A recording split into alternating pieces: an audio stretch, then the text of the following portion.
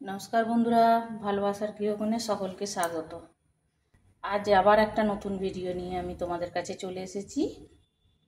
আজকে রান্না করব এই মটন চর্বি দিয়ে পটলের তরকারি একটু করব, তা তোমরা দেখতে থাকো। চর্বিটা সেই জন্য ধুয়ে ভালো করে একটু ম্যারিনেট করে রেখে আদা রসুন পেঁয়াজ দিয়ে আর একটু সর্ষের তেল দিয়ে মাখিয়ে এটাকে রেখে দিয়েছি। আলু পটলের তরকারির জন্য আলুটা পটলটা লাল করে ভেজে নিয়েছি। এবার তুলে নেব। কড়াতে গোটা গরম মশলা তেজপাতা ফোড়ন দিয়ে পেঁয়াজটা দিয়ে দিয়েছি, তেলটা অল্প দিয়েছি। যেহেতু চর্বি দিয়ে রান্না হবে, চর্বির তো এমনিতেই তেল বেরোবে, সেই জন্য তেলটা অল্প দিয়েছি। পেঁয়াজটা এবার লাল লাল করে ভেজে নেব। পেঁয়াজটা লাল করে ভেজে নিয়ে এবার সব মশলাগুলো দিয়ে কষছি। আদা রসুন লঙ্কা গুঁড়ো হলুদ গুঁড়ো একটু ধনে গুঁড়ো দিয়ে ভালো করে এটা কষে নিচ্ছি। এইবার প্রায় কষা কষা হয়েই এসেছে, তেল ছেড়ে গেছে। এবার আমি চর্বিটা দিয়ে দেবো।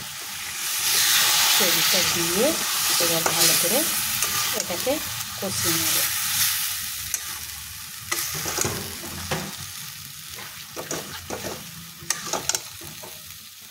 চর্বিটা কষা হয়ে গেছে, তাতে এবার আলু পটলটা দিয়ে দিলাম।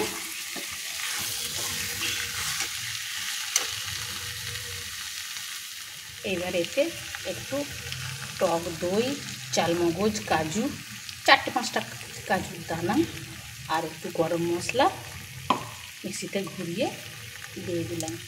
হয়ে গেছে। এবার একটু গরম জল দেবো। আলুটা পটলটা একটু সেদ্ধ হবে, সেদ্ধ হয়েই গেছে, তবু একটুখানি জল দিয়ে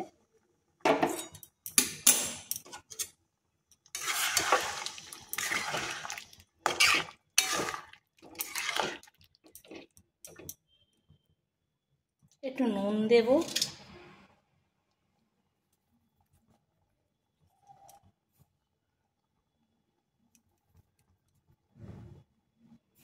এইবার টকবক করে ফুটলে দেখে নামাবো।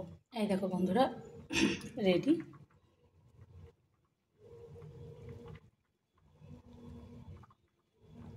এরম যাই হোক, যদি পছন্দ হয়ে থাকে লাইক শেয়ার কমেন্ট করে দিও।